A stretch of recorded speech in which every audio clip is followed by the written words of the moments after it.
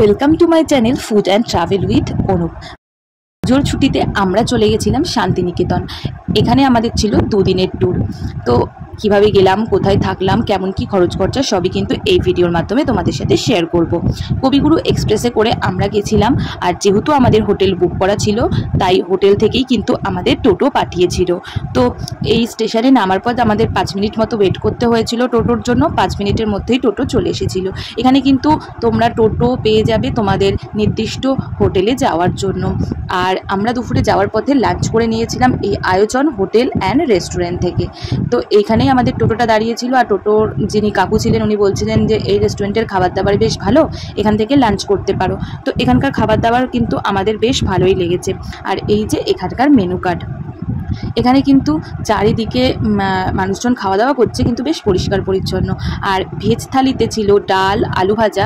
আমরা এটাকে বেগুনি ভেবেছিলাম, এটা কিন্তু বেগুনি নয়, এটা কুমড়ো দিয়ে বানানো ছিল। আর তার সাথে কিন্তু আমাদেরকে এখানে ঘি দেওয়া হচ্ছিল। ভেজ থালিতে থাকবে 2 রকমের সবজি, যেখানে একটা দিয়েছিল আলু পোস্ত আর একটা আলু পটলের সবজি দিয়েছিল, তার সাথে দিয়েছিল ডাল। সমস্ত রকম সবজি, ভাত এগুলো কিন্তু থালিতে আনলিমিটেড, মানে একবার খাওয়ার পর কেউ যদি চায় তবে সে নিতে পারে। আর তার সাথে আমরা এখানে আলাদা করে ডিমটা নিয়েছিলাম। তো এখানকার খাবার দাবার বেশ মোটামুটি ভালোই ছিল। খাবার দাবার খেয়ে কিন্তু আমরা আমাদের যে হোটেলটা বুক করা ছিল সেখানেই চলে এসেছিলাম। এই হোটেলটা ছিল কিন্তু শান্তিনিকেতনের কাছে। এই হোটেলটার নাম ছিল ড্রিমজি। এটা আমাদের আগে থেকেই বুক করা ছিল। তো চলো এই হোটেলের রুমগুলো তোমাদের দেখিয়ে দেবো। বাইরেটাও কিন্তু বেশ সাজানো গোছানো ছিল, দোলনা ছিল, বেশ ভালো লাগছিল। আর চারিদিকে সুন্দর গাছ লাগানো ছিল, দেখতে কিন্তু খুব ভালো লাগছিল। তো চলো এই হোটেলের রুমগুলো আমি তোমাদের দেখিয়ে দিই। আমাদের কিন্তু 2টো রুম বুক করা ছিল। এবার এই রুমগুলো ছিল মোটামুটি বেশ বড়ই। এই যে এখানে বিছানা দেখতে পাচ্ছ, এই পাশে রয়েছে একটা আলমারি, টিভি, তার সাথে ছিল ড্রেসিং টেবিল। আমরা এসি রুম নিয়েছিলাম, এখানে কিন্তু নন এসি রুমও অ্যাভেলেবেল। তো যাই হোক, এই পাশে রয়েছে চেয়ার, ড্রেসিং টেবিল। চলো নেক্সট যে রুমটা আমরা নিয়েছিলাম সেটাও দেখিয়ে দিই। নেক্সট রুম এটা ছিল আমাদের। এই যে বেড, একটা বেডে আরামসে 3 জন কিন্তু শোয়া যেতেই পারে, তবে এখানকার টিভি কিন্তু চলছিল না। আর এই যে এটা ছিল বাথরুম। মোটামুটি পরিষ্কার পরিচ্ছন্নই ছিল রুমগুলো। এখানে একটা ব্ল্যাঙ্কেটও দিয়ে দিয়েছে। রুমও ছিল বেশ পরিষ্কার পরিচ্ছন্ন, তবে এখানে টিভিটা যে চলছিল না সেটা কিন্তু আমাদের রুম বুক করার সময় বলা হয়নি। যাই হোক, ওই ছোটোখাটো প্রবলেমগুলো আর ভেবে লাভ নেই। তবে যদি কোনো রুমে কেউ এক্সট্রা থাকতে চায় তো তার জন্য কিন্তু এনারা আলাদা বেডের ব্যবস্থা করে দেয়, যার জন্য পার ডে এখানে 200 টাকা করে চার্জ এক্সট্রা নেয়। তো সেই দিন আমরা বিকেলে কোপাই নদী ঘুরতে গেছিলাম, যেহেতু সন্ধে হয়ে গেছিলো, ঠিকমতো ভিডিও করতে পারিনি, তাই সেটা আর দিলাম না। তোমরা চাইলে বিকেলবেলার দিকে কোপাই নদীটা ঘুরে আসতে পারো, ওখানেও ছোটোখাটো দোকান বসে। নেক্সট ডে আমরা সকালবেলা চলে এসেছিলাম কঙ্কালীতলা। এখানে কিন্তু মায়ের পুজো দেবো বলেই এসেছি। আর এখানে কিন্তু অনেক দোকানপত্র রয়েছে, যেখান থেকে কিন্তু তোমরা পুজোর বাটা নিয়ে নিতে পারবে। 21 টাকা থেকে 101 টাকা সব রকম বাটাই কিন্তু এখানে পাওয়া যায়। এছাড়াও রয়েছে ফুলের মালা। তোমরা যে কোনো দোকান থেকেই বাটা নিতে পারবে। এখানেও দোকান থেকে বাটা নিয়ে জুতো রাখতে পারবে। তাছাড়া মন্দিরের কাছেও জুতো রাখার জায়গা আছে। এখানে কিন্তু আমরা সকাল সকাল চলে এসেছিলাম, কারণ আমাদের অটো যিনি কাকু ছিলেন উনি বলছিলেন যে এখানে ভিড় হয়, তো সকালবেলা তোমরাও চেষ্টা করবে এসে পুজো দিতে। আমরা যখন এসেছিলাম তখন সবে মায়ের পুজোটা হচ্ছিল।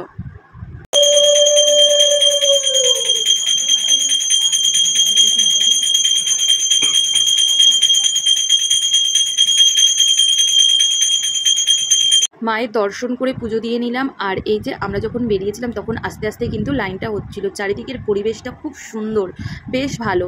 আর এই মন্দির থেকে বেরিয়েই কিন্তু বাইরে বিভিন্ন ধরনের দোকান রয়েছে, যেখানে মুড়ি, ঘুগনি, চপ, কচুরি, চা সমস্ত কিছুই কিন্তু পাওয়া যাবে। তো এখান থেকেই আমরা সকালে চা খেয়েছিলাম, আর তার সাথে ব্রেকফাস্টে নিয়ে নিয়েছিলাম লুচি তরকারি। 4 পিস লুচি আর তার সাথে তরকারি। এটার প্রাইস এনারা নিয়েছিল 30 টাকা। এখান থেকেই ব্রেকফাস্ট করে তোমরা হোটেলে চলে যেতে পারো, একটু রেস্ট নিয়ে বেরোতে পারো, কিংবা ডাইরেক্ট চলে যেতে পারো। এরপর আমরা এইখানে চলে এসেছিলাম। এখানে কিন্তু যে বাহা সিরিয়ালের শুটিং, যারা বাংলা সিরিয়াল দেখো বা সিরিয়ালটার ব্যাপারে জানো, সেটাই কিন্তু এখানে হয়েছিল। আর এখানে কিন্তু বিভিন্ন ধরনের দই, রাবড়ি, যেটা সাইকেলে করে বিক্রি করা হচ্ছিল। টেস্ট আমরা খেয়েছিলাম, বেশ ভালোই লেগেছে। এটা ছিল প্রকৃতি ভবন। এর ভেতরেও কিন্তু অনেক জিনিস আছে। প্রকৃতি ভবনেও টিকিট প্রাইস ছিল 20 থেকে 30 টাকা। আর এরপর চলে এসেছিলাম আমরা এই শিল্পী গ্রামে। এখানে কিন্তু বিভিন্ন ধরনের হাতের কাজের সমস্ত জিনিস, আর এর ভেতরটা খুবই সুন্দর। তো চলো ভেতরটা তোমাদের দেখাবো। আর এখানে কিন্তু আমাদের টিকিট প্রাইস নিয়েছিল 30 টাকা করে। আর এই ভেতরে কিন্তু প্রচুর ছোট ছোট ঘর রয়েছে, যেখানে গ্রাম বাংলার শিল্পগুলোকে তুলে ধরা হয়েছে। প্রত্যেকটা দেওয়ালে খুব সুন্দরভাবে আঁকা। আর এই ঘরগুলোতে যেতে গেলে কিন্তু অবশ্যই জুতো খুলে যেতে হবে। এই যে তাঁত শিল্পের জন্য এখানে কিন্তু রয়েছে তাঁত শিল্পের সমস্ত জিনিসপত্র।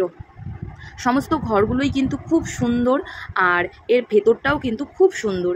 তোমরা কিন্তু এই ঘরগুলোতে যখন যাবে, হাতে টাইম নিয়ে যাবে, দেখবে এত সুন্দর লাগে। সমস্ত জিনিসপত্র এখানে এত সুন্দরভাবে রাখা হয়েছে। আর এই যে এখানে কিন্তু একটা মা দুর্গার ছবি রয়েছে।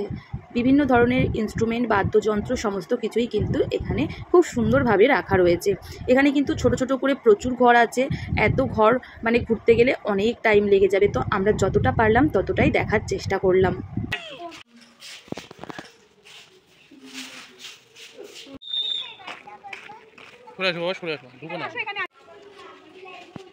প্রত্যেকটা গ্রামের ওপরে নাম লেখা রয়েছে। আর এই দেখো, যারা পুতুল নাচ দেখেছো তারা জানবে এই যে পুতুল নাচের বিভিন্ন ধরনের পুতুলগুলোকে এখানে রাখা হয়েছে।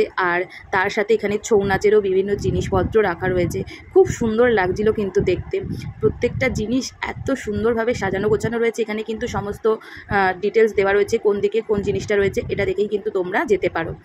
এরপর আমরা চলে এসেছিলাম লালমাটি হাটে। এই লালমাটি হাটে কিন্তু প্রচুর দোকানপাট বসে আর প্রচুর জিনিসপত্র বিক্রি হয়। যেহেতু সেদিন সোনাঝুরি হাটটা বন্ধ ছিল পুজোর কারণে, আমরা যেহেতু পুজোর মধ্যে গেছিলাম তখন সোনাঝুরি হাটটা বন্ধ ছিল, যার কারণে এই লালমাটি হাটটা তখন খোলা রেখেছিল। তো এই লালমাটি হাটে আমি যেটা দেখলাম, জিনিসপত্রের দাম কিন্তু ভালোই কম বলতে এনারা কিন্তু দাম বাড়িয়ে বলবে এবং এনারাই বলবে যে বার্গেনিং হবে, দাম কমানো হবে, আপনি পছন্দ করুন। তো এখান থেকে কিন্তু বেশ বার্গেনিং করে তোমরা জিনিসপত্র কিনতে পারবে।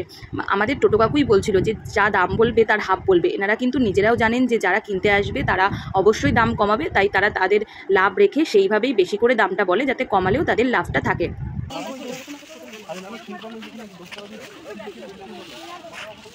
তোমরা যারা চাইছো জিনিসপত্র কিনবে, এই লালমাটি হাটটা কিন্তু সবসময় খোলা থাকে না। যদি এটা খোলা থাকে, যদি এখানে আসতে পারো, আমি বলবো এখান থেকে কিনতে পারো। আর এইখানে একটা গৌতম বুদ্ধের মূর্তি ছিল, যেটা আমাদের টোটো কাকু বলছিল তোমরা চাইলে দেখতে পারো। তবে এখানে এইটুকুই, এর ভেতরে আর কিছুই নেই। আর গেটটাও তখন বন্ধ ছিল।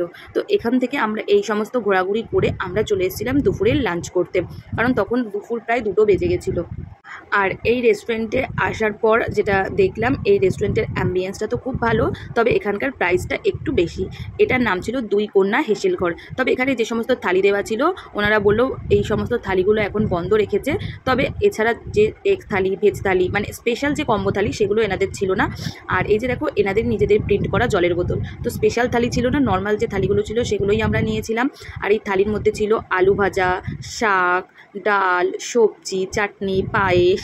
আর এখানে দিয়েছিল ধোকা। আমি প্রথমে ভাবছিলাম হয়তো পনিরের কিছু দিয়েছে, কিন্তু না, এটা ধোকা ছিল। আর এই থালির প্রাইস ছিল 170 টাকা। এটা কিন্তু ভেজ থালি। আলাদা করে কিন্তু এগ, ফিশ সব কিছুই পাওয়া যাবে, তবে সেটা আলাদাভাবে নিতে হবে। তো এইটাকে আমি পনির ভেবেছিলাম, এটা পনির নয়, এটা ধোকা ছিল। তবে এখানে যে সমস্ত আইটেমগুলো রয়েছে সবই কিন্তু রিপিট হবে, চাইলে অবশ্যই আবার পাওয়া যাবে, এমনকি ভাতও এক্সট্রা নেওয়া যাবে। আর এখানে সব রেস্টুরেন্টেই আমি দেখলাম ঘিয়ের চলটা রয়েছে, মানে যে কটা রেস্টুরেন্টেই খেতে গেছি এনারা কিন্তু ভাতের সাথে ঘিটা দিচ্ছেন। এক্সট্রা করে ডিম, মাছ, মাংস যাই নাও তার প্রাইস পড়বে। খাবার দাবারের টেস্ট কিন্তু খুবই ভালো। আর এখানে কিন্তু সব জিনিসই 2-3 বার করে এসে জিজ্ঞাসা করছে লাগবে কিনা। তোমরা যদি চাও এই দুই কন্যা হেসেল ঘরে অবশ্যই এসে একদিন খেয়ে দেখতে পারো। আশা করি খাবার দাবার কিন্তু বেশ ভালোই লাগবে। একটা ভিডিওতে সমস্ত ডিটেলস দিতে গেলে ভিডিওটা অনেকটাই লম্বা হয়ে যায়। তো আমি এই ভিডিওটা এখানেই শেষ করছি। নেক্সট ভিডিওতে আমি সমস্ত ডিটেলস, তার সাথে দোলের সময় তোমরা কিভাবে হোটেল বুক করে এসে থাকবে বা দোলের সময় হোটেল প্রাইস কেমন কি থাকে, সেই ডিটেলসটা আমি নেক্সট ভিডিওতে তোমাদের সাথে শেয়ার করব। তো নেক্সট ভিডিও দেখার জন্য চ্যানেলটাকে সাবস্ক্রাইব করে পাশে থেকো। আর আমার এই ভিডিওটা তোমাদের কেমন লাগলো একটা কমেন্ট করে জানিয়ে দিও।